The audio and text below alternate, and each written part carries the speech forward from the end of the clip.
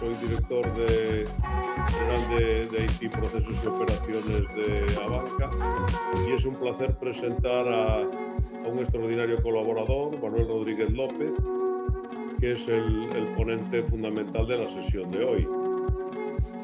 Digo porque fundamental porque esperamos preguntas vuestras para que seáis copartícipes de la misma. Este tema del dinero digital y de las finanzas digitales pues es uno de los temas candentes, como sabéis, ahora mismo en el mundo, ¿no? Y yo simplemente voy a presentar a Manuel Rodríguez López. Es doctor en Ciencias Económicas por la Universidad de La Coruña. Además, él me insiste mucho que lo diga siempre, que siendo presidente del tribunal, en su doctorado, el doctor don Jaime Gil Aluja, presidente ahora de la Real Academia de Ciencias Económicas y Financieras de España. Previamente fue licenciado en Ciencias Económicas y Empresariales por la Universidad de Santiago. Es un experto contable de AECA y es además profesor de nuestra Universidad Internacional de la Empresa, IESIDE, y de la Universidad de La Coruña. Con nosotros en Abanca ocupa la gerencia de servicios operativos de cobros y pagos, además de director de la cátedra AECA Abanca de Economía. Es curioso porque sobre estos temas fue galardonado ya en el año 2011 por una serie de artículos sobre estos temas, y sobre todo en el 2018 un premio AECO sobre artículos cortos de contabilidad y administración de empresas sobre los temas que va a tratar. Además de estar participando en nuestro banco en estas funciones de cobros y pagos y por lo tanto de dinero, colabora habitualmente con CECA, con CECABANC, es miembro del observatorio SEPA y pertenece a una gran cantidad a varios grupos de expertos en servicios de pago y del euro digital en el sector financiero. Y yo, sin más preámbulos, le cedo la palabra a Manuel. Manuel, cuando quieras. Pues muchas gracias, José. Muchas gracias a ECA por la invitación y la oportunidad de estar en este webinar por segunda vez. Y un saludo muy cordial. Buenas tardes a los asistentes de Europa y buenos días también a los asistentes de América. Saludo muy especial a todos los compañeros que asisten a esta sesión de Abanca, de la Universidad de La Coruña, de la Universidad de la UIE, otros colegas y profesores de la universidad y del sector.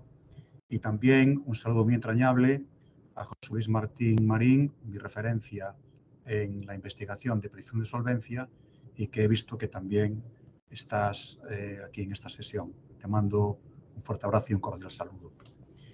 La sesión que vamos a iniciar hoy, bueno, y antes de que me olvide, por una noticia también que acaba de acontecer ahora, bueno, pues quería también dar mis condolencias por el fallecimiento de Esteban Hernández, que fue una referencia en investigación en el ámbito de la historia de la contabilidad en España y referencia internacional. Descanse en paz. Sin más preámbulo, voy a compartir pantalla para seguir la presentación. Tengo aquí, a ver si...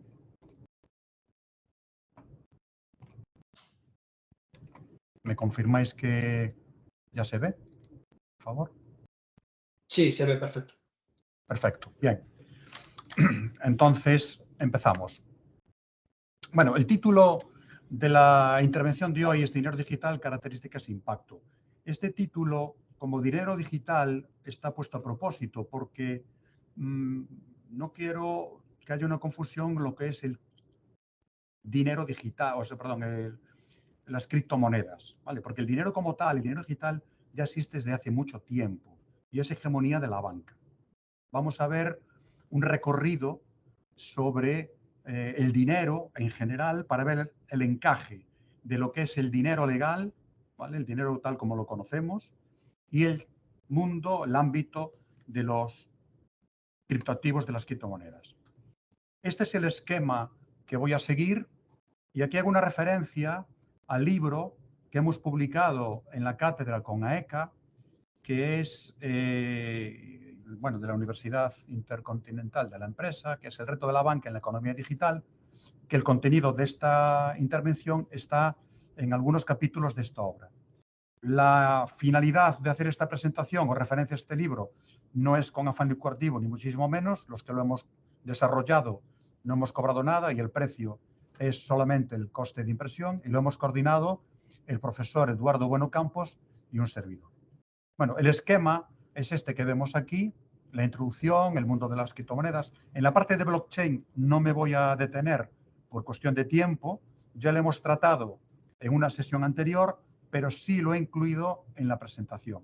Haremos también una referencia al dinero digital emitido por los bancos centrales para terminar con unas conclusiones de cómo vemos un poco el estado de situación en este momento y cuál puede ser las líneas de futuro a desarrollar, como paso previo al turno de preguntas en las cuales pues, podemos debatir los aspectos que se consideren. Bien. Entrando ya en materia, el dinero pues, lo podemos definir como un activo bien aceptado como medio de pago o medición de valor. Y tiene una serie de propiedades. La serie de propiedades es que se puede utilizar como unidad de cuenta, que sea medio de pago para intercambiar bienes y servicios, y un aspecto importante, que sea depósito de valor. Esto quiere decir que pueda mantenerse en el tiempo, que se pueda guardar y que más o menos permanezca estable, que no tenga una alta volatilidad o aleatoriedad. Esto lo hace posible en el ahorro, es decir, podemos ahorrar porque el depósito permanece en el tiempo, entre comillas, inalterable, y podemos utilizarlo en un momento posterior. ¿Qué tipo de dinero podemos encontrar? Bueno, pues tenemos el dinero fiat, que es el dinero de orden o decreto, es decir, la palabra en latín de hágase, y es el dinero que por orden del gobierno es el que se utiliza. No tiene valor fiduciario, es decir, el valor fiduciario que se basa en la confianza, es decir, no tiene un valor intrínseco detrás. Entonces aquí nos encontraríamos con dinero fiat y dinero fiduciario. Aunque se suelen utilizar con términos similares o prácticamente idénticos, fiat y fiduciarios, son términos que no son lo mismo, ¿vale? Porque dinero fiduciario puede ser otra extensión del dinero que no sea especialmente legal y que puede ser utilizado como instrumento de pago. Aquí, por ejemplo, nos estamos refiriendo a los pagarés, a los cheques o a cualquier tipo de acuerdo en papel que sea válido entre las partes de emisor y receptor. Después nos encontramos también con el dinero mercancía. El dinero mercancía es el que sí tiene un valor intrínseco, vale por sí mismo. El ejemplo típico que se suele utilizar es el oro, que se utiliza en la industria y en la fabricación de la joyería. Históricamente el oro ha sido una forma de dinero. Si volviéramos el tiempo atrás, como luego lo presentaré en la siguiente lámina, no cabría otra posibilidad que fuera el oro, ¿vale? Hay otros instrumentos que puede ser, por ejemplo, la plata, pero tiene unas características particulares, diferentes por su naturaleza al oro, y otros, dinero mercancía también, lo pongo como ejemplo anecdótico, los cigarrillos, que también pueden ser o han sido como dinero mercancía. Y después entramos en otro ámbito, que ya son las criptomonedas o las monedas virtuales. Aquí podemos decir que es un dinero cuyo valor se basa en algoritmos matemáticos, pero sin respaldo de Banco Central. No hay ninguna entidad emisora privada. Es decir, no es un pasivo, sino que su consistencia se basa en el consenso de los agentes económicos que intervienen en este ámbito, y este consenso y esta seguridad se la proporciona un libro contable, un libro mayor en donde se registran esas transacciones, y la inmutabilidad del mismo es que sea distribuido. ¿Qué quiere esto decir? Que sea copiado n veces y que todas las copias, si son iguales, eso es lo que en la comunidad cripto se da como válido. Aquí pongo en esta lámina por qué se utilizó el oro, ¿vale? Porque es el único elemento de la tabla periódica que cumpliría estos requisitos, ¿vale? Y si volviéramos el tiempo atrás, pues seguro que las últimas civilizaciones que hemos conocido en distintos ámbitos que le daban un gran valor, y esto seguiría siendo igual. Hoy hay una noticia también que sale en la prensa económica que dice que el oro del Banco Central europeo supera el valor de los 600.000 millones de euros y que representa en sus reservas el 56,42% de todas las reservas que dispone. Bien, una vez que hemos definido el ámbito del dinero, tenemos que hablar ahora de lo que es la oferta de dinero. La oferta de dinero que tenemos disponible en la economía, digamos en una economía real, financiera, fuera del ámbito cripto. La fijación de la oferta del dinero corresponde al Banco Central a través de la política monetaria. Es decir, habrá más o menos dinero en circulación en función de cómo lo permita o restrinja el Banco Central. Aquí, en este sentido, podemos hablar de dos tipos, lo que es la base monetaria o el dinero de alta potencia, que corresponde básicamente a las monedas y billetes que tenemos en la economía, todos los agentes económicos, y además los depósitos que mantienen los bancos comerciales en el Banco Central. Esto es lo que configura el pasivo del Banco Central. Es importante resaltar aquí que la base monetaria solamente representa en torno a un 5 o un 7% del dinero que circula en la economía. El resto es dinero bancario. Es decir, es un pasivo de los bancos comerciales. ¿Y cómo se crea el dinero bancario? Pues hasta fechas relativamente recientes, hablo del año 2013, se hablaba del efecto multiplicador del dinero bancario como consecuencia de la constitución de depósitos, ¿vale? Lo que es la reserva fraccionaria, dejando una parte en coeficiente de caja y demás. Pero un análisis del equipo de expertos del Banco de Inglaterra demostró que la creación del dinero bancario viene del crédito, de la creación de crédito, de la concesión de crédito. Bien. El conjunto de la masa monetaria, el conjunto de la base monetaria y del dinero bancario es la masa monetaria. Nosotros como usuarios, cuando tenemos dinero en efectivo, somos acreedores del Banco Central. En cambio, la materialización fuera del dinero digital de los bancos, ¿vale?, que eso nos saldría del ecosistema bancario, cuando se convierte en efectivo es cuando lo transformamos en base monetaria o la base monetaria que disponemos nosotros como usuarios para hacer los pagos. Bien, aquí entramos ya entonces en el ámbito de criptoactivos y de criptomonedas. ¿Qué es un criptoactivo? Bueno, pues es una representación digital de un derecho, un activo o un valor que puede ser transferido o almacenado electrónicamente, utilizando la tecnología de registro distribuido u otra similar. La regulación reciente del mercado de criptoactivos en Europa le da también una definición muy similar. Por cuestión de tiempo no me paro en estas definiciones, simplemente definir el aspecto relevante que es representación digital, el consenso y el registro distribuido.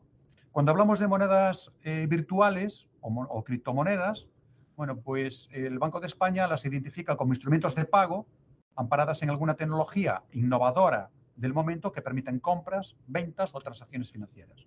Mucho más precisa es la ley de prevención de blanqueo de capitales, que la define como aquella representación digital de valor no emitida ni garantizada por un banco central o autoridad pública.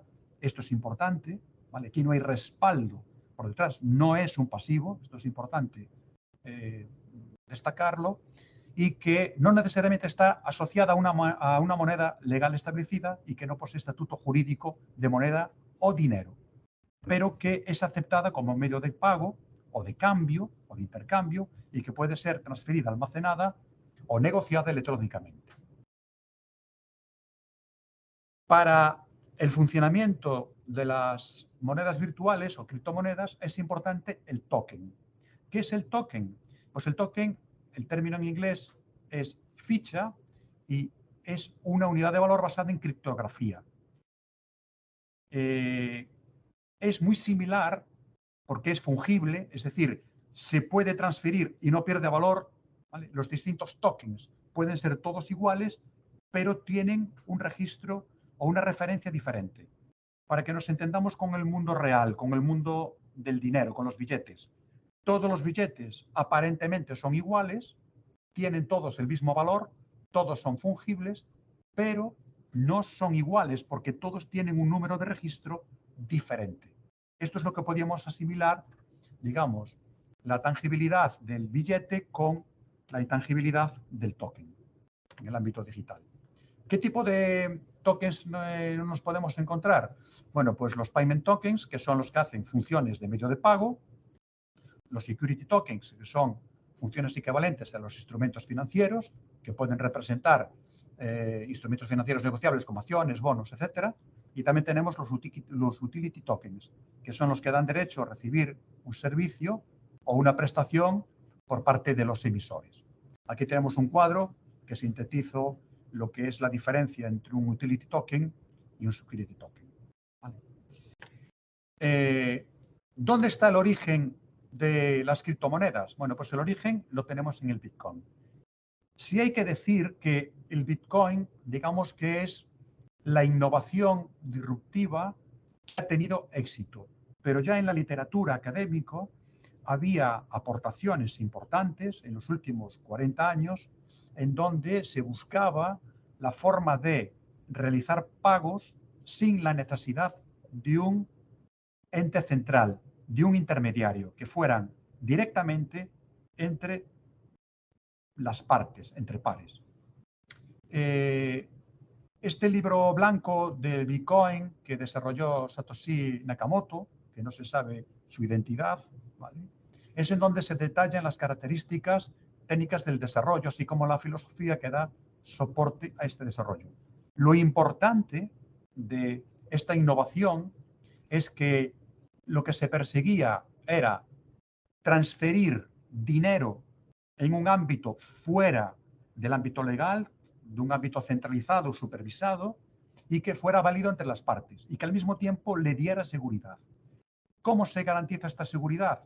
Pues con un libro contable distribuido, que es la tecnología de generación de bloques más conocida como blockchain. Y este blockchain, ¿vale?, se registra dando una serie de incentivos a unos verificadores, a unos validadores de estas transacciones, que son los mineros, y que se basa en el consenso como una prueba de trabajo, lo que se denomina en inglés proof of work. Podemos definir o decir que en estas 30.000 líneas de código se resuelve la transferencia del valor digital y el dilema de doble gasto. ¿Qué es el dilema del doble gasto? Que una moneda digital no podamos utilizarla dos veces para un mismo pago o para distintos pagos, sino que tenemos que registrar ese pago con esa moneda exclusivamente para cada transacción.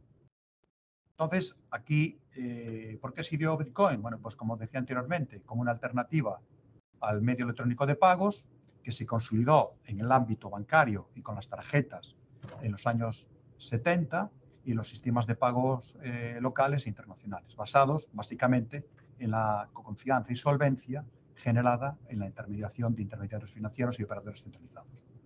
¿Qué características tiene el Bitcoin? Bueno, pues que es una moneda totalmente descentralizada, es anónimo, no se conoce los titulares que están detrás, sí la referencia de registro que hay, lógicamente que eso es público, pero no los nombres. Es transparente, es inmutable, es un sistema muy seguro porque la tecnología de cripto lo hace inmutable, al menos hasta el momento. Tiene una emisión limitada, el límite está en los 21 millones de bitcoins y resuelve el problema de doble gasto en el mundo digital. Y ha servido de base esta metodología tecnológica disruptiva para una explosión de otras monedas digitales, otras técnicas soportadas, otros usos que se pueden utilizar en la cadena de bloques. Por ejemplo, ya me anticipo, la contabilidad de partida triple, la auditoría, verificación en notario, votaciones, etc. Vale. Aquí podemos ver desde el inicio del Bitcoin cómo ha evolucionado su cotización. El precio refleja una alta volatilidad y que todavía a día de hoy, no ha conseguido cumplir todas las propiedades del dinero, como son depósito de valor, desde luego unidad de cuenta no, y medio de pago tampoco. En muchos casos se está haciendo analogía entre el oro y el Bitcoin por su uso como depósito de valor, como medio de extracción, y en cuanto a la generación, que es el minado, y las dificultades para realizar intercambios entre ambos. ¿Vale? Ha habido, después de esta iniciativa de Bitcoin, una explosión de monedas y tecnologías, porque todas las criptomonedas tienen en común una serie de elementos, como es activo puramente electrónico, descentralizado, modelo de cambio, y que también las redes de blockchain posibilitan la realización de transacciones electrónicas a gran escala, de valor, seguras entre las partes no confiables, que esto es importante, partes que no se conocen, tienen confianza por el sistema de registro, ¿vale? Y esto lo que ha permitido, este sistema de intermediarios, descentralizada, permite el salto de la Internet de la información al Internet del valor. Vale. Destacar aquí que El Salvador, en el año 21, ha puesto como moneda de curso legal el Bitcoin. Me referiré un poquito más adelante a este caso concreto. Bien. A partir de aquí se abren muchas posibilidades. Por ejemplo, tenemos interacción de criptomonedas con los smart contracts, que son contratos inteligentes, ejecutables en determinadas plataformas. Aquí, por ejemplo, la de Ethereum. Surgen también, ante la inestabilidad de cotización de muchas monedas de este tipo, otras ya con valor estable, que son las famosas stablecoins. Surgen también las finanzas descentralizadas y también el interés de los bancos centrales por aprovechar la tecnología de blockchain y el dinero digital basado en ellas, porque se puede canalizar como un sustituto del efectivo, que cada vez está más en desuso. Lo iremos viendo también posteriormente. Aquí también, bueno, la plataforma Ethereum, que permite el desarrollo de monedas descentralizadas, y que en esta plataforma también se encuentra la moneda de Ether, que es una criptomoneda nativa de la red y que también está teniendo mucho éxito. Aquí estamos viendo, por ejemplo, la evolución que ha tenido, y también aquí en la cotización, la prohibición del minado en China, como provocó también una bajada en esta cotización. Bien, la adopción de las criptomonedas y su extensión a lo largo del mundo ha seguido pues, un proceso puramente permanente de crecimiento, pese a los intentos regulatorios. Aquí también vemos las características de la evolución. Pues el desarrollo de criptomonedas trata de solventar los problemas de la escalabilidad, la sostenibilidad, la velocidad de transacción, que esto también es un problema en el mundo cripto, es muy lento, ¿vale? Y también la interoperabilidad. Aquí hay nuevas características, que uno de los problemas que tiene el minado es el gran consumo de energía, la velocidad transaccional, la interoperatividad, que dispara el potencial disruptivo de criptomonedas. Bueno, pues aquí tenemos algunas iniciativas como son Binance, Cardano, Polkadot y Algorand.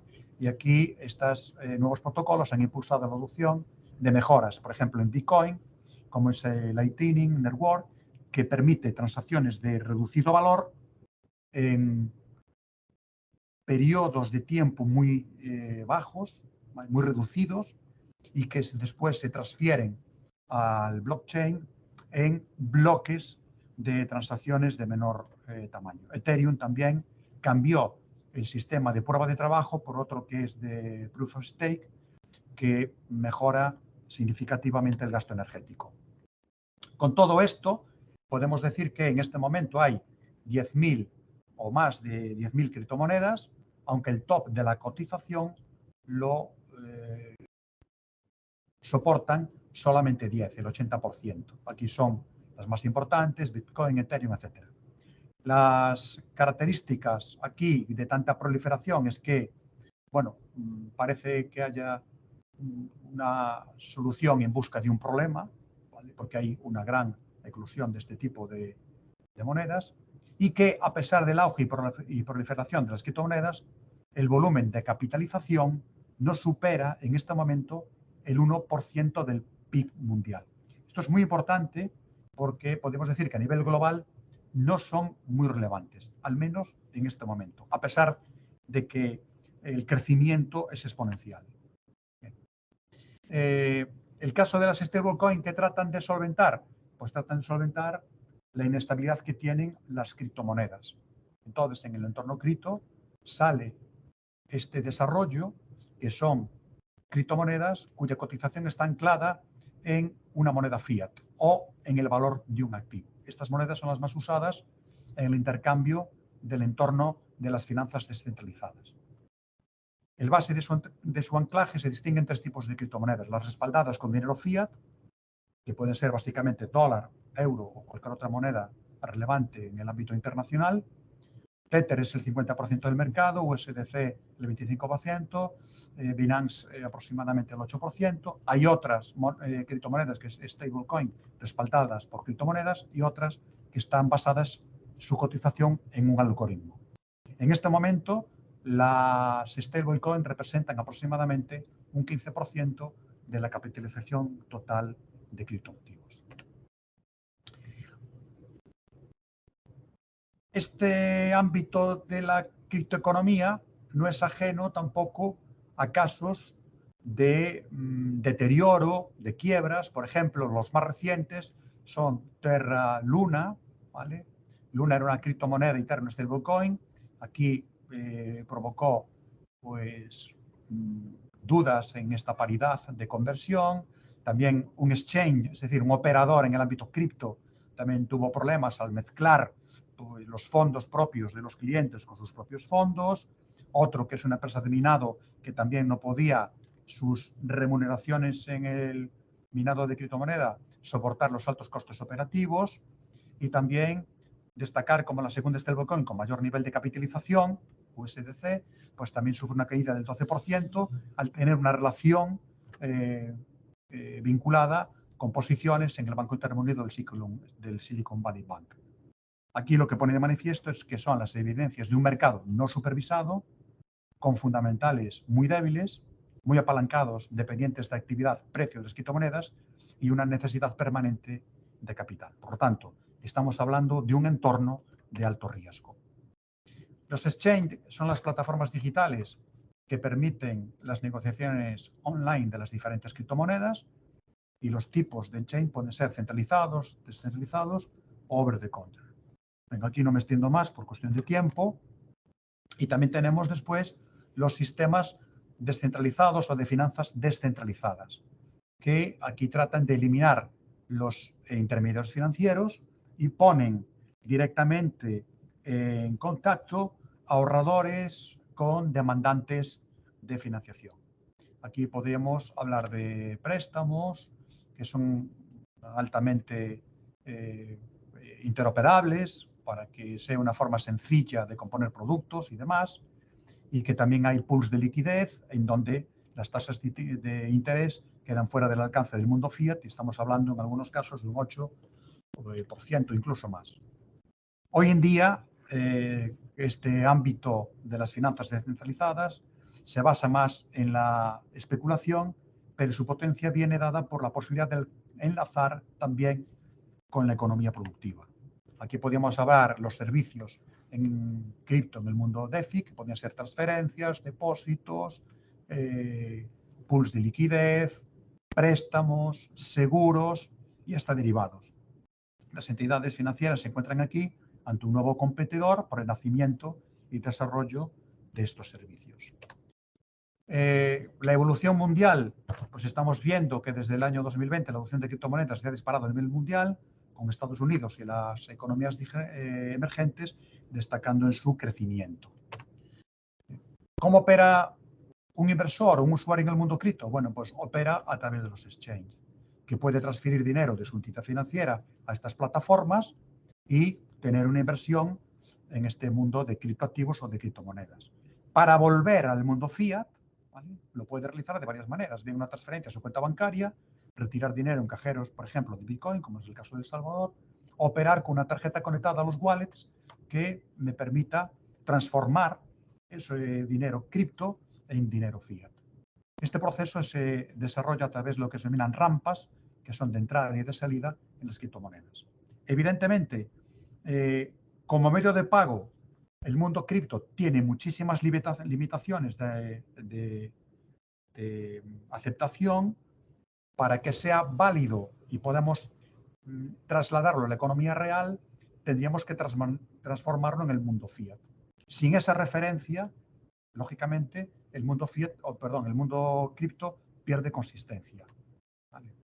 ¿Qué valor aporta a los inversores? Bueno, pues aporta aquí varios factores. Por ejemplo, búsqueda de rendimientos, alta especulación, puede ser una protección a la inflación en economías emergentes o en economías hiperinflacionistas, o también los libertarios que quieren tener movimientos, privacidad, contra los movimientos confiscatorios de determinadas jurisdicciones o determinados gobiernos. El mundo de las criptomonedas nació dentro de este ámbito más anárquico, libertario, y el uso de sus integrantes siguen compartiendo dichos valores, incluso jurisdicciones que tratan de proteger los cripto y no las CBDC. Hay un aspecto importante a resaltar aquí, desde el punto de vista de los inversores, que hay un gran desconocimiento a las posibilidades de pérdida y muchos de los operadores menores de 40 años pues creen que el ámbito cripto está regulado. El 69%, casi un 70% de los que operan en este ámbito.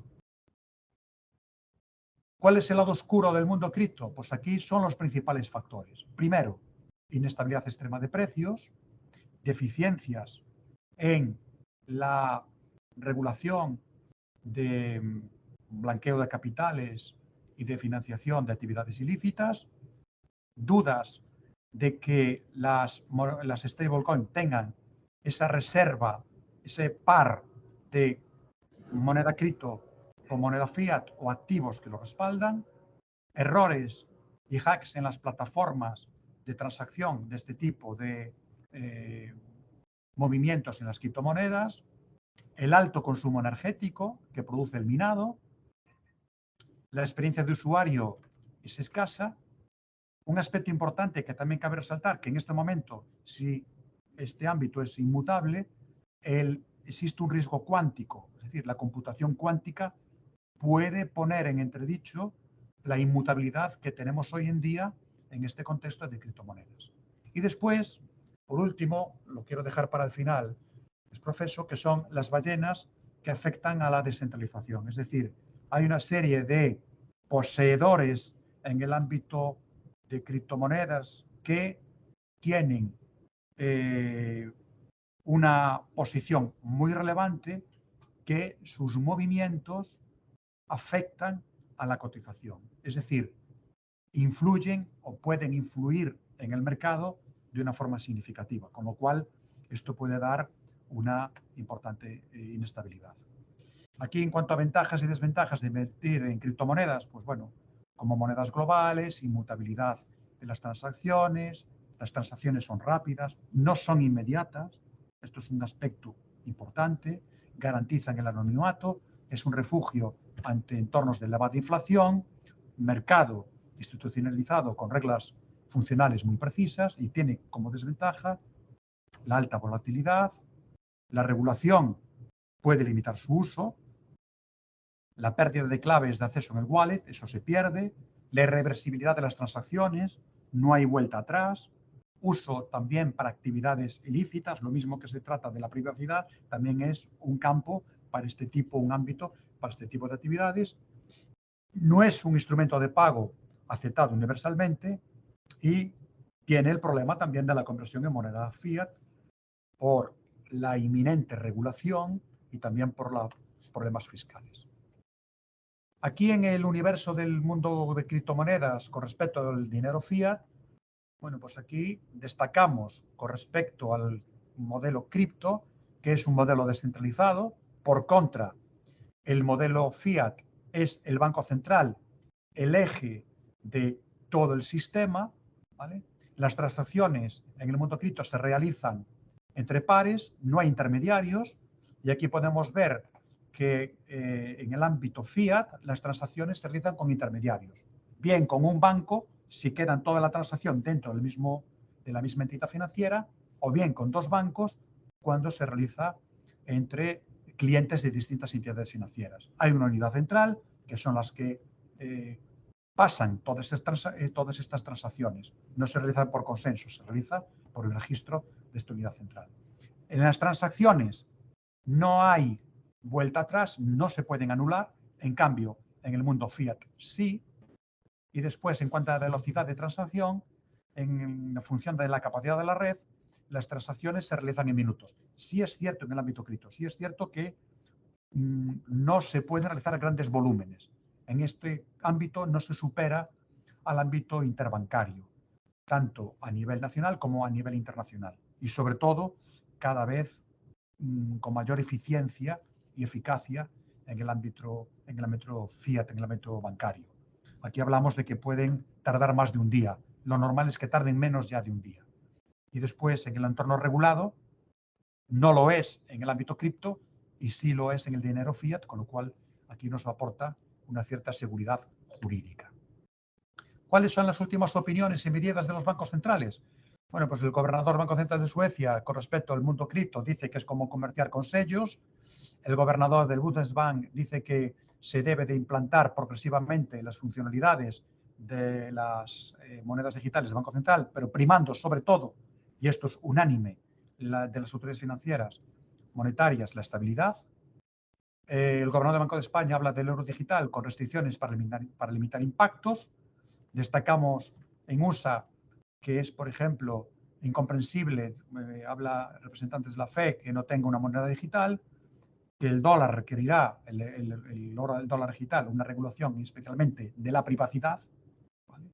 Y, por ejemplo, Coinbase, que retira el producto de préstamos ante las restricciones de la FED. Aquí resaltar que el interés está mismos negocios, mismos riesgos, mismas reglas. La Autoridad Central de China, el Banco Central, prohibió el minado y el trading de las criptomonedas en su jurisdicción. En todas las entidades separa la actividad tecnológica de la financiera, ¿vale? Y ha desarrollado el yuan digital con un modelo de distribución centralizado que me referiré más adelante. Los bancos centrales están también a través del BIS, del Comité Internacional de Pagos de Basilea, que necesitan a la banca digital para emitir monedas digitales. Y las medidas fundamentales para emitir una moneda es que preserven la estabilidad financiera. El caso de El Salvador es un caso paradigmático porque ha adoptado el Bitcoin como moneda de curso legal. Hasta la fecha, lo que podemos decir de este proyecto, o de esta realidad ya que está implantada en este país, pues que este proyecto tiene mucha incertidumbre sobre su evolución a medio plazo. La inestabilidad del Bitcoin puede tener efectos sobre el tipo de cambio y el depósito de valor de sus agentes económicos, puede condicionar la disponibilidad de recursos financieros y la efectividad de la política monetaria, puede tener problemas también de inclusión financiera con una población que tiene una baja capacitación digital y que no es la mejor opción para utilizarlo como pagos minoristas. Con respecto a la metodología blockchain, la tenemos aquí en las siguientes láminas, pero lo voy a pasar porque este fue un tema que hemos explicado en el anterior webinar, mi compañero Julio Fernández Vilas y yo, que es uno de los capítulos también de la monografía que hemos editado. Por lo tanto, también por cuestión de tiempo no me voy a parar. Otra cuestión es que si hay alguna duda o alguna pregunta, que desde luego pues trataremos de responder. Bien, y a todo este ámbito de las criptomonedas, ¿qué opina la industria bancaria, especialmente los bancos centrales? Bueno, pues las limitaciones del ámbito de criptomonedas pueden postular o se pueden postular como una alternativa al dinero en efectivo y los depósitos bancarios. Aquí las principales limitaciones del mundo cripto, ¿cuáles son? Valor inestable, los intermediarios de su distribución y custodia han demostrado signos evidentes de inseguridad, carece de respaldo normativo y por tanto su entorno no está regulado, la experiencia de uso para su utilidad no es fácil, su crecimiento es limitado y la transaccionabilidad como medio de pago es muy limitada tanto en volumen como en tiempo. Por tanto, si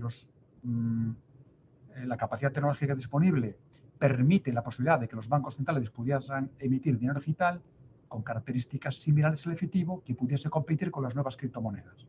En este sentido, es lo que se denomina este nuevo pasivo del central emisor, las Central Bank Digital Currency.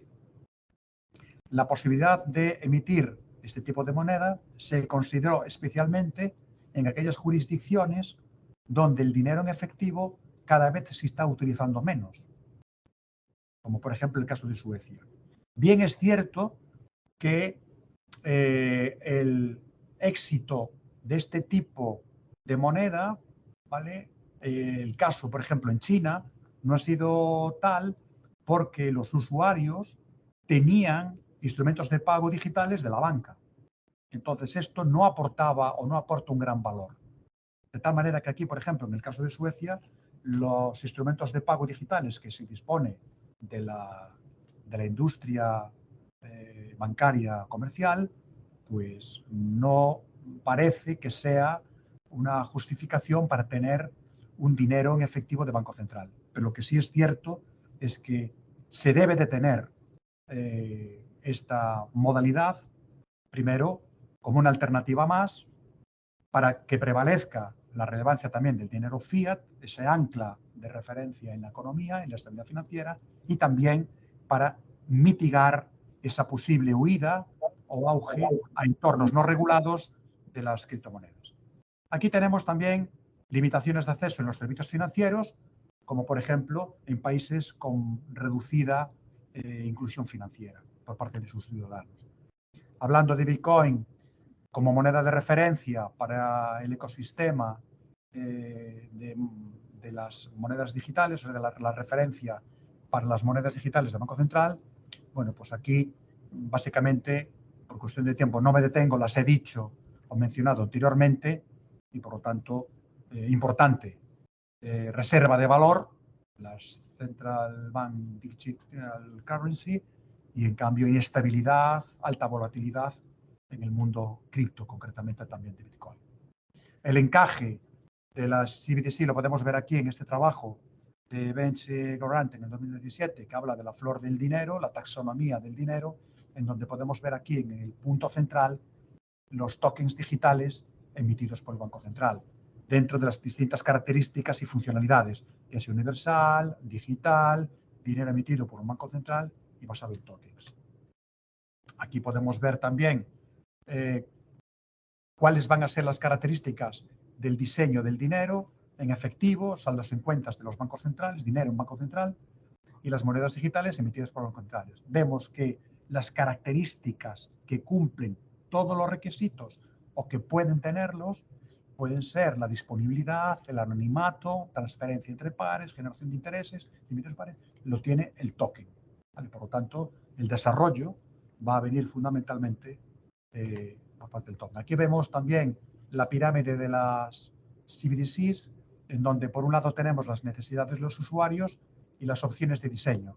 Partimos de la base de la pirámide, que son aspectos básicos funcionales, hasta el último o la parte más elevada, que podemos hablar de los pagos transfronterizos como necesidades de los propios usuarios, y aquí los pagos mayoristas y minoristas, esa compatibilidad. Eso, digamos que es el escalado de estas funcionalidades. Vale.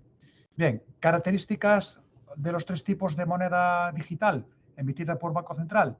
Pues tenemos, entre los tipos ya actuales de reserva, serían el efectivo, billetes y monedas, como pasivo Banco Central, las reservas que tienen los bancos comerciales, los bancos supervisados, reservas directas en Banco Central, que son lo que garantizan las transacciones en los sistemas de intercambio, y también la distribución del efectivo para poderlo retirar en las cuentas de Banco Central.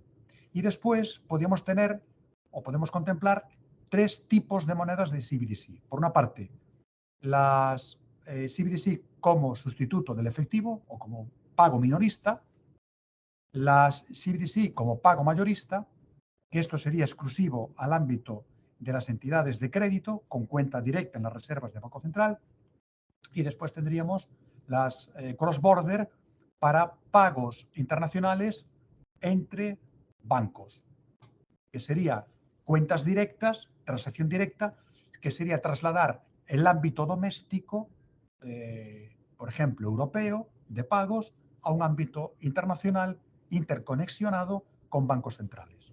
Aquí hay una iniciativa muy importante por parte de las autoridades internacionales para alcanzar este objetivo, porque aquí hay un gran camino que recorrer todavía en eficiencia y en eficacia. Bien, aquí la respuesta de los bancos centrales lo acabo de citar, no me detengo más en esta página, y aquí lo que tendríamos es los objetivos del Banco Central para emitir moneda digital, son una alternativa al efectivo, universal y eficiente con respaldo público y alternativa a las tarjetas, los países con un porcentaje muy alto de efectivo, que se trate también de facilitar la inclusión financiera y mejoren los sistemas de pago, un gran recorrido en pagos mayoristas y cross-border. Los tipos de moneda o de CBDC lo acabo de citar hace un momento, por lo tanto no me paro más. Cash-like como efectivo, mayorista, cross-border. La mayoría de los proyectos que se están desarrollando en este momento en el ámbito global, internacional, son para ser un complemento del efectivo. ¿Cómo se puede emitir CBDCs? Pues se pueden emitir bajo dos modelos. Uno, el modelo centralizado, y otro, un modelo híbrido o descentralizado. El modelo centralizado es el que los usuarios, los agentes económicos tendrían cuenta directa con el Banco Central. No hay una intermediación en la distribución por la banca comercial, supervisada por el Banco Central o las autoridades monetarias. Y un modelo híbrido descentralizado es que los usuarios, los agentes económicos, no tendrían acceso directo a cuentas del Banco Central, sino que las tendrían a través de los intermediarios supervisados, es decir, a través de los bancos centrales. Lo que se trata de conseguir aquí es, sobre todo, estabilidad financiera. Esto sería el modelo centralizado, donde se puede ver cómo los bancos centrales, que son los que están aquí en el medio, el balance, estos balances no están en escala, obviamente, porque el Banco Central sería muy inferior, pero lo que quiero trasladar aquí es que la base monetaria no cambia. Seguiría el término relativo con balance de Banco Central inalterable, es decir, emitir moneda digital seguirá siendo el peso entre un 5 y un 7% de la economía. No va a ser un importe mayor. De hecho, en el caso europeo se está hablando de un límite de tenencia de 3.000 euros. Este modelo está descartado en la práctica totalidad de las jurisdicciones, y el que se impone es este, que es el modelo descentralizado híbrido. De que, como podemos ver, la distribución del dinero del Banco Central se realiza a través de los bancos comerciales, y estos a su vez lo hacen llegar, lo ponen a disposición de sus clientes. Esto es algo parecido, por no decir idéntico, muy similar a lo que estamos haciendo ahora con el dinero en efectivo. El dinero en efectivo no lo distribuye el Banco Central, lo distribuyen las entidades supervisadas. No supone, por tanto, cambios significativos en el balance de las entidades ni en la adquisición de dinero bancario. Es una alternativa al efectivo con un anonimato controlado, es decir, va a ser privado pero no anónimo, y el modelo mayoritario en los numerosos pilotos y pruebas de concepto que se están usando es este el que se impone. Porque además, un aspecto importante aquí es que la distribución a través de las entidades financieras va a permitir reutilizar el KIC de los clientes si que no tienen acceso al Banco Central. ¿Vale?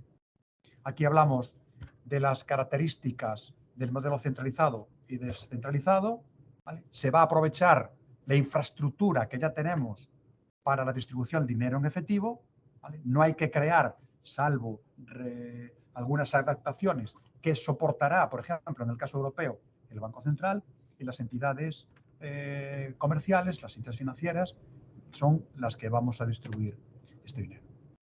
Un aspecto importante que quiero resaltar aquí de este pasado 20 de abril, bueno, pues que Europa es pionera en la regulación del mundo cripto, ¿vale?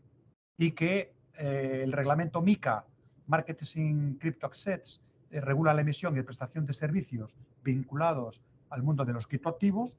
El objetivo aquí es proteger a los usuarios y los inversores, y esta norma establece los requisitos de los emisores de criptoactivos y los proveedores de servicios de criptoactivos.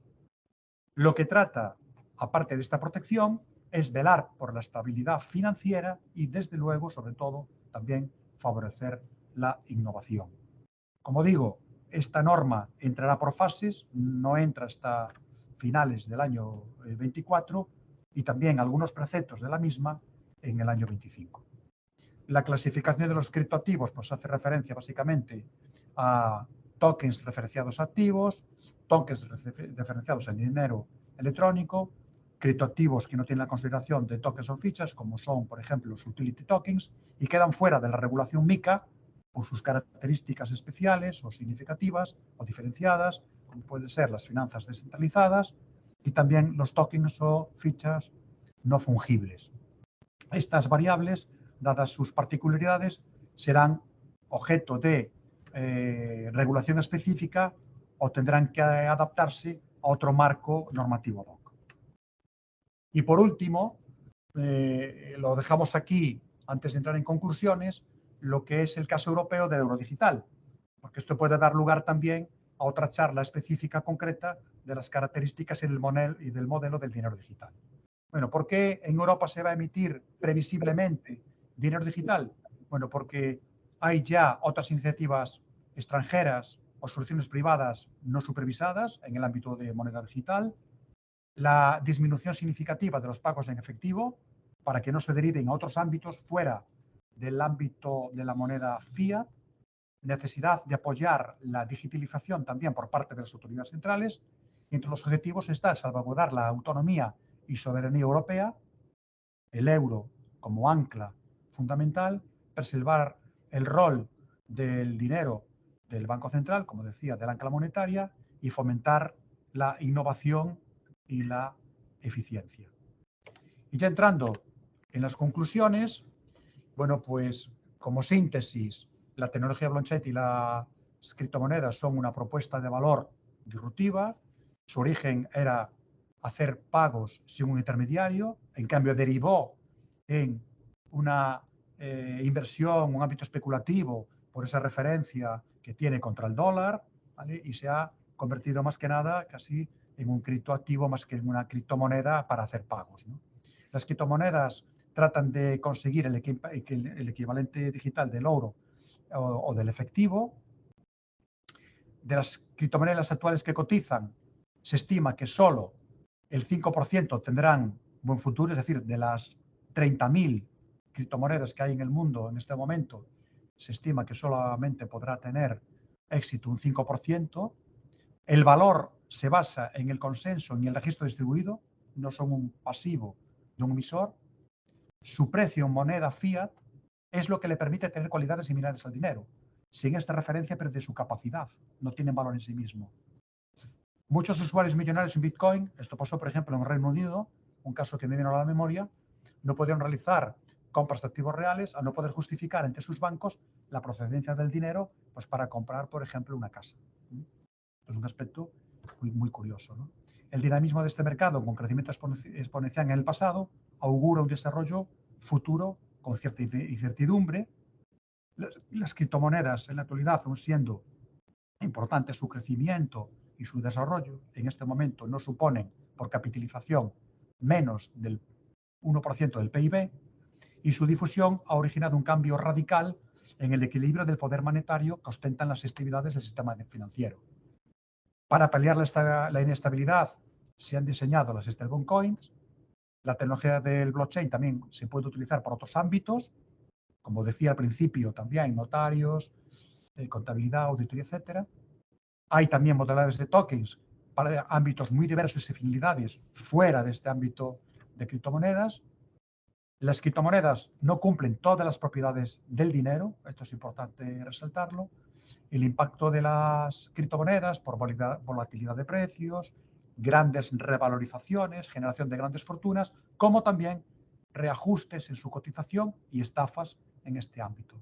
El mercado de criptoactivos en la actualidad tiene pocas interacciones con el sector financiero y la economía real. Es decir, son dos ámbitos completamente separados. Con respecto al dinero fiat, pues el dinero digital ya existe en el ámbito bancario desde hace mucho tiempo, son apuntes en la cuenta de un emisor. Lo novedoso son las criptomonedas. El riesgo potencial para la estabilidad financiera, la volatilidad y la falta de transparencia ha llamado la atención de las autoridades públicas para proponer un marco regulatorio y prudencial. La regulación de la industria bancaria está, por una parte, los bancos centrales con la emisión de CBDCs, los bancos comerciales con la previsible emisión de stablecoins privadas dentro del ámbito regulado de los bancos comerciales, la innovación en el mundo de los medios de pago. Aquí, por ejemplo, cito el caso singular de Bizum en España, que tiene un muy buen funcionamiento y es una referencia a nivel internacional de pagos, que el uso en efectivo está en su fase final y dará paso previsiblemente a las CBDCs, una nueva era de fuentes de cambios en algunos aspectos y otros una situación que permanecerá igual, dinero tokenizado, el uso de wallets, etc. La MiCA es una norma que sitúa a Europa en la regulación de estos entornos de criptoactivos digitales, y los bancos centrales de las grandes economías van a mantener su relevancia en la política monetaria y su función supervisora, así como las propuestas reguladoras. Es decir, no van a permitir que cualquier intermediación, injerencia, etcétera, etcétera, ponga en peligro lo que es la estabilidad financiera. Y ya por último, destacar lo que la Junta Europea de Riesgo Sistémico, el European Systemic Risk Board, acaba de emitir ahora en este pasado mes de mayo, unos escenarios de riesgo sistémico a la exposición de criptoactivos y establece tres posibles.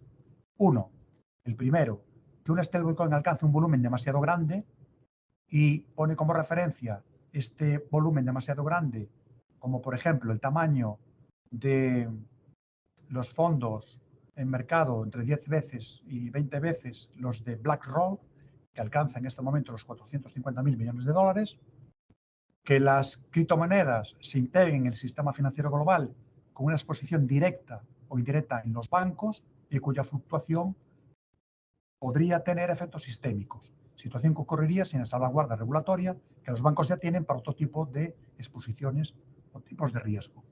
Y también que una criptomoneda cuyo valor estable se posicione como medio de pago común en todo el sistema, convirtiendo en obsoletos los depósitos bancarios y las finanzas tradicionales.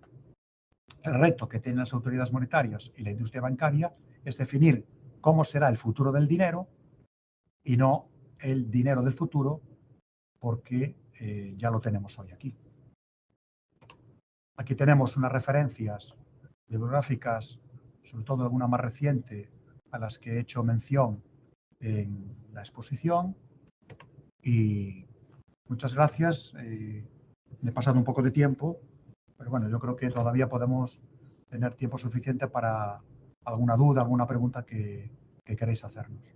Efectivamente, Manuel. Pues muchas gracias por esta interesante y extensa ponencia. Durante la charla hemos tenido un par de preguntas, sí. Entonces vamos a ir un poco por orden para ver si podemos ir solventándolas una por una. Y luego también tenemos un turno de palabra. No sé si tienes tu acceso al chat ahí desde el ordenador o te las leo yo. A ver.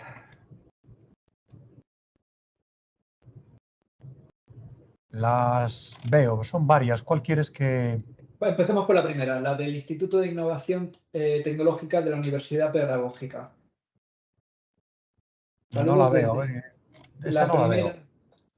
Esa no la veo. Pues si quieres te la leo yo. Esa no Mira, la dice, veo. ¿Dónde está? En el al chat, principio ¿no? del todo. No, pero yo esa no la veo. Al principio de todo, bienvenidos. La siguiente.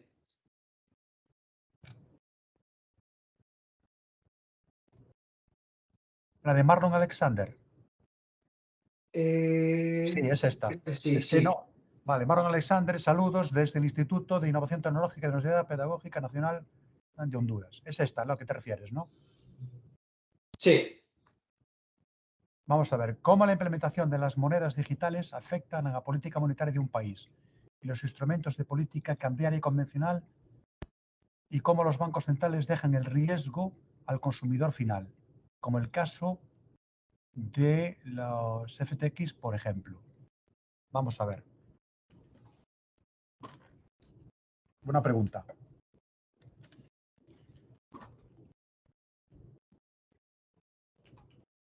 El mundo de las criptomonedas está al margen de la economía real, digámoslo así. Por lo tanto, si el tráfico de operaciones o si el tráfico de pagos es muy voluminoso en el ámbito cripto, ¿vale?, la autoridad monetaria, ¿vale?, no va a poder interferir en el flujo de operaciones, porque eso lo hacen condicionando el dinero en circulación, ¿vale?, y además con la política de tipos de interés, con la política monetaria. ¿Cómo lo puede hacer? Teniendo regulación en donde la conversión de el dinero cripto en fiat y viceversa es ahí en donde puede actuar. Si desde luego las transacciones que se hacen en el mundo digital, cripto, ¿vale?, no tienen trascendencia con el mundo de la economía real, evidentemente ahí no va a poder hacer nada porque queda fuera de su alcance. Lo que sí lo puede hacer es, opere usted lo que quiera en este mundo de cripto, pero tengo una regulación y yo con esta regulación en todas estas conversiones, pues voy a poder actuar, ¿vale?, sobre este tráfico, ¿vale? ¿Qué puede ocurrir con las políticas de los bancos centrales? Bueno, para dar estabilidad a su moneda, ¿vale?, pues a lo mejor lo que puede crear también dentro de la moneda digital, pues utilizarla como medio de pago fuera del sistema interbancario, ¿de acuerdo? Pero, lógicamente, yo lo veo más como una regulación específica del mundo cripto, que ahora en este momento no existe. Empieza a existir ya, como citaba anteriormente, en el caso europeo. No sé si con esto... Sí, podemos pasar a la siguiente de Laura, que dice, ¿crees que los ordenadores cuánticos pueden ser una amenaza? No lo sé. No soy un experto en ese ámbito. Lo que sí he citado, porque lo he visto, es que la computación cuántica sí puede, de alguna manera, pues condicionar o mitigar ese ámbito de la inmutabilidad, ¿vale? También creo que en la medida que vaya haciendo, o sea, que tengamos desarrollos en otros ámbitos tecnológicos, sí se van a implantar también en el mundo de la criptomoneda. Pero lo que sí parece ser que puede ser una amenaza a futuro en cuanto a esa inviolabilidad, en esa inmutabilidad, es que la computación cuántica sí va a traer un cambio disruptivo también muy importante. Yo no me aventuro a decir que sea una amenaza seria en este momento, en los próximos años inmediatos, pero que posiblemente a futuro supondrá un cambio. ¿Cómo será ese cambio? No lo sabemos. Pero además nos va a afectar mucho más en la economía real, la computación cuántica, mucho más que en la economía digital, si no ya lo veréis. Perfecto. Ahora tenemos, había pedido el turno de palabra David. Le voy a habilitar el micrófono para que pueda realizar su pregunta.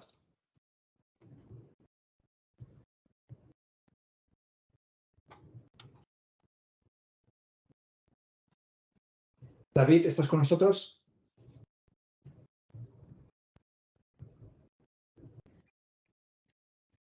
No, parece ser que no está ahora mismo pendiente. David, no. Hola, ¿se me oye? Sí, sí, perfectamente. Sí, perdón, que había entendido que me abrías el micrófono y lo tenía cerrado yo. Hola. Hola, David, ¿qué tal? Muy buenas, Manuel. Saludos desde Toronto. Ya sé que andas por allí. Buenos días David. por aquí. Oye, primero de todo, enhorabuena porque ha sido una presentación, ya sé que normalmente se dice también por cortesía lo de enhorabuena y que ha estado muy bien, pero de verdad que ha estado impresionante. O sea, Muchas gracias, David. abarcando bastante más de lo que esperaba. Yo en concreto, la pregunta va también por ahí, me interesaba la cuestión de Bueno, las monedas no lo dije durante la disertación, al principio. Vamos a ver, el rol académico, no he hecho una presentación a modo de charla, sino que he hecho una presentación a modo de soporte, ¿vale? Por eso al final voy tan rápido y demás, sino que el objetivo es que después quede como soporte para los que habéis asistido, ¿vale? Ujú. No una presentación muy breve, muy de dibujos, sino que hay texto, ¿no? El motivo es ese, para que sirva de soporte por si alguien quiere a partir de aquí profundizar, pues que tenga referencias y que pueda mirarlo, ¿no? Perdona, David, pero... No, sí, yo me refería precisamente, además a la cantidad de contenidos abordados, porque yo en concreto me animé a la charla para la cuestión de las monedas digitales del Banco Central y mi pregunta va por ahí, es decir, un poco acotar la previsión que tenéis de cómo se van a implementar. Y te comento que la semana pasada estuve aquí en un congreso de la Asociación Canadiense de Economía. Había mucha gente del Banco Central de Canadá y se le pudo sacar muy poco de cómo va a ser esto. Me llamó la atención además una presentación de una persona del Banco Central de Canadá. Un artículo venía a decir básicamente que de sacar las monedas centrales digitales preveía una explosión de stablecoins ligadas a ellas y el modelo con el que trabajaba hablaba de que las monedas centrales de bancos centrales pagarían interés. Entonces, agradezco mucho toda la exposición que formulaste en materia de distintas alternativas, centralizado, descentralizado, si se va a ser solo puro alternativa al cash o entraría la posibilidad de pagar intereses, porque en ese caso ya no hablaríamos de una alternativa al cash, sería una alternativa a los depósitos bancarios también. Entonces, yo por acotar un poco toda esa parte en la que debatiste sobre posibilidades, te preguntaría si bueno, con lo que sabes o con lo que se está hablando de la materia, ¿cuál es el escenario más probable de implantación, por ejemplo, del euro digital? Por ejemplo, te entendí que sería un escenario descentralizado en el que la gente tendría sus posiciones directamente con Abanca y con demás agentes Sí, financieros. Me dudo también sobre el tipo de tecnología, esto que sería una aplicación en el móvil. Es decir, que... sí. Gracias. Sí. Nada, gracias a ti, David. Vamos a ver, os puedo comentar así muy brevemente el ámbito global que están barajando los bancos centrales para con esto del CBDCs y un poco el caso concreto de Europa, ¿no? Del Banco Central. Si bien es cierto que en este momento están en fase de investigación, pero ya se puede ir viendo por algunas conclusiones y algunas manifestaciones que han hecho, sobre todo Fabio Panetta, que es el principal director del proyecto del Banco Central Europeo, por dónde van a ir. Vamos a ver. Esto, las monedas digitales de los bancos centrales se van a implementar en esta primera fase, que va a durar años, ¿vale? En primer lugar, para uso minorista. Nada más. ¿De acuerdo? Para uso minorista, que podrá utilizarse en comercios, para pagos en comercios, pagos en Internet, es decir, pagos cara a cara, etcétera, ¿vale? Sin TPVs, etcétera, ¿vale? ¿Cómo? Pues a través de un dispositivo, como tenemos ahora una tarjeta, ¿vale? A través de una aplicación móvil. ¿Cuál va a ser la principal característica diferencial de este pago digital con respecto a lo que vemos ahora? Que detrás de el euro digital va a haber una cuenta que va a ser administrada por la entidad financiera que está haciendo la labor de distribución del dinero digital del Banco Central, ¿vale? Y que esa cuenta va a tener un límite, va a tener un límite de disponibilidad. ¿Por qué? Porque si no tuviera límite, toda la ciudadanía, todos los agentes económicos, nos iríamos a tener depósitos en el Banco Central. ¿Por qué? Porque por definición tiene menos riesgo. ¿Vale? Entonces eso pondría en entredicho lo que es la base monetaria. Tendría el Banco Central un excesivo protagonismo en la economía y eso mitigaría, condicionaría la concesión de crédito y el crecimiento de la economía con el efecto expansivo del dinero. ¿Vale? Eso por un lado. Por otro lado, el papel del Banco Central aquí es: quiero tener una hegemonía de la moneda como ancla, no quiero perder esa usabilidad en el ámbito digital, para eso creo esta moneda, porque puedo quedar fuera de uso de otras innovaciones en otras jurisdicciones. Por ejemplo, imaginaros que el dólar digital o el dólar canadiense emiten dólares digitales y no lo tiene el euro digital. Por lo tanto, ahí había una desventaja competitiva por parte de Europa, ¿no? Y eso es lo que no se quiere perder. Ahora bien, ¿eso va a ser una gran amenaza o va a haber uso alternativo por parte de la ciudadanía del uso masivo de este dinero digital del Banco Central? Pues no. En China, que es el país que la ha lanzado, los usuarios no la están usando. ¿Por qué? Porque tienen la alternativa de Alipay, me parece que es, y WeChat, ¿vale? Que son las que están utilizando. Y dicen, no voy a migrar a este ámbito. ¿Por qué razón? Porque es que me da el mismo servicio. ¿De acuerdo? Otra cuestión es que sí sea necesario tenerlo. ¿Vale? ¿Qué va a haber detrás, por ejemplo, en Europa? Pues en Europa, ese límite que se está hablando de 3.000 euros por parte de los consumidores, las empresas y profesionales, digamos, con estatus de empresa, van a tener cero, no van a tener nunca saldos en euro digital. Eso es lo que se está barajando en este momento. Lo tienen que trasvasar ¿a dónde? A su entidad financiera, que es la que le distribuye ese dinero. ¿Y qué hay detrás de ese trasvase, de ese traspaso de fondos? Una cuenta de pago. Es decir, el banco que distribuye el dinero se va a conectar con esa cuenta, con ese wallet de su cliente a través de una cuenta de pago. Por lo tanto, la hegemonía que vamos a tener o el ámbito relevante que vamos a tener en los pagos de aquí en adelante cuando se emplee euro digital van a ser las cuentas de ahorro, las cuentas corrientes. Que eso va a ser, ya lo estamos haciendo ahora con las tarjetas de débito. ¿De acuerdo? Una tarjeta de débito, el dinero te va directamente a la cuenta. ¿Vale? Y con una tarjeta de crédito va a una cuenta de crédito que es diferente de una cuenta de pago. ¿Vale? Esto es un poco el ámbito, pero va a ser tecnológicamente relevante, va a tener de servicios básicos, no innovación, no servicios de valor añadido, que los servicios de valor añadido quieren que lo aporte la industria bancaria comercial, no el Banco Central. Eso es por lo menos lo que se está barajando ahora en Europa.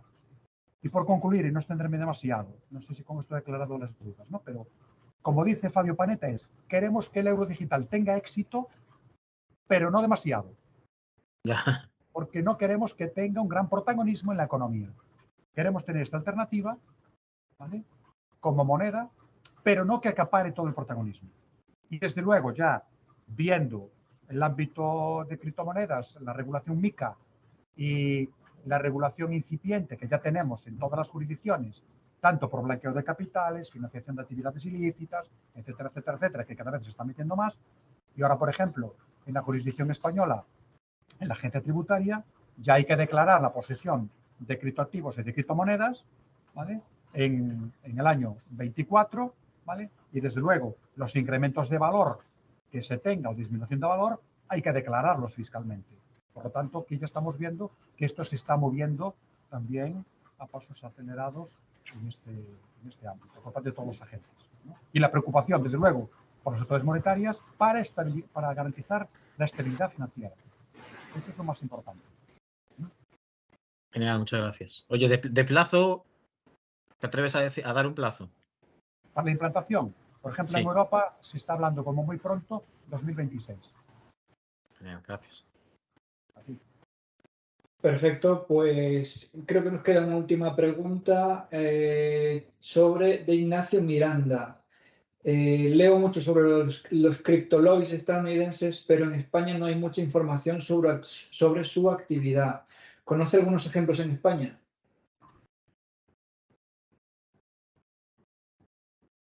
Pues no, más allá de lo que son de ámbito internacional. De acuerdo. No más allá. Pues si No no, sé si- hay... No sé si aquí, Baliño, quieres decir algo. Hombre, yo, También eres experto en estas cosas. Sí, hombre, yo coincido con Manolo y con Panetta, que de esto no puede tener demasiado éxito, porque de hecho hay un cierto miedo a que no coadyuve a la estabilidad financiera estas monedas de Banco Central. Puedo discrepar también un poco con Manolo de que la parte mayorista también se va a pilotar. Las monedas de Banco Central mayorista, sobre todo vinculados a securities, ¿no? Y puede tener su impacto. Y también quería contestar una pregunta que se hizo sobre la computación cuántica que puede afectar, ¿no? El ordenador cuántico sí le queda más o menos, ya está disponible. Hay ejemplos de ordenadores cuánticos, pues bueno, pues disponibles para ser utilizados comercialmente, de unos cuantos qubits, ¿no? Y la promesa que tienen estos ordenadores, lo que pueden hacer es que hay algoritmos, por ejemplo, el famoso algoritmo de Shor, que pueden perfectamente desencriptar las claves RSA en la que está basada toda la economía digital. Pueden desencriptarlo y ponerlos en claro en cuestión de horas, cuando antes estamos hablando de millones de años, ¿no? Entonces, esto sí que es relevante porque puede ser una amenaza para todo el proceso de digitalización, como dice Manolo. En definitiva, ¿qué haremos las entidades financieras y los gobiernos por protegernos? Vamos a tener que empezar a poner en marcha iniciativas de protección cuántica de nuestros algoritmos de cifrado. Con lo cual, pues esto permitirá proteger por toda esta economía de cripto y digital de la que acabamos de mencionar, que también creo que merece la pena el protegerla, ¿no? Yo no quiero contar mucho más, simplemente que como estamos en un momento muy interesante, digamos, a 2 años vista de la salida del euro digital en Europa, el año 26, digamos, puede ser el más probable, se tomará la decisión a final de año, 26-27, y bueno, está todo por ver, porque la experiencia china ya es un aviso para navegantes, es decir, lo que no puede ser es empezar a hacer inversiones que luego no se utilicen, ¿no? O que sean extraordinariamente, bueno, extraordinariamente costosas y onerosas para la economía, ¿no? En definitiva, que es un tema que esta ponencia de ECA es bueno repetirla cada año o cada año y medio para ir viendo cómo se está moviendo todo este sector. Nada más. Bien, gracias. Una cuestión, Pepe, que te quería comentar también sobre ese comentario de la moneda digital de uso mayorista. Posiblemente en los ámbitos de los mercados de valores y demás, ahí sí pueda tener un encaje, pero en los que son movimientos de fondos, las reservas ya es ámbito digital. Por tanto, no sé yo si eso podrá tener el impacto o la necesidad tan extrema como el caso en el uso minorista. Sí veo una necesidad importante que hay a nivel interbancario, tenemos que avanzar más a nivel internacional, que son los pagos transfronterizos. A pesar de que ya hemos avanzado muchísimo, ya hay mucha eficiencia ganada, pero todavía hay un amplio recorrido. Y el mundo disruptivo de las criptomonedas ha venido a acelerar esa reacción que tiene que hacer la industria. De hecho, ha salido ya en el G20, en distintos foros, y veremos más pronto que tarde la sintonía de la realidad de los pagos que tenemos en este momento en Europa. No va a haber diferencia a tenerlos en el ámbito más global. Yo creo que el futuro va a venir un poco por ahí, empezando ya de una forma inmediata por los pagos minoristas, ¿no? Pues por nuestra parte ya no tenemos más preguntas, ya no hay más cuestiones. Si alguien quiere alguna última cuestión, la puede poner por el chat. Y nada, agradeceros tanto a José Manuel y tanto a Manuel el esfuerzo y la dedicación. Nada, gracias a todos. Nada más agradeceros también a todos los asistentes. Yo por mi parte daros las gracias por la invitación y a los asistentes por la convocatoria y la asistencia. Perfecto. Pues nos despedimos. Muchas gracias. Gracias a todos. Hasta la próxima.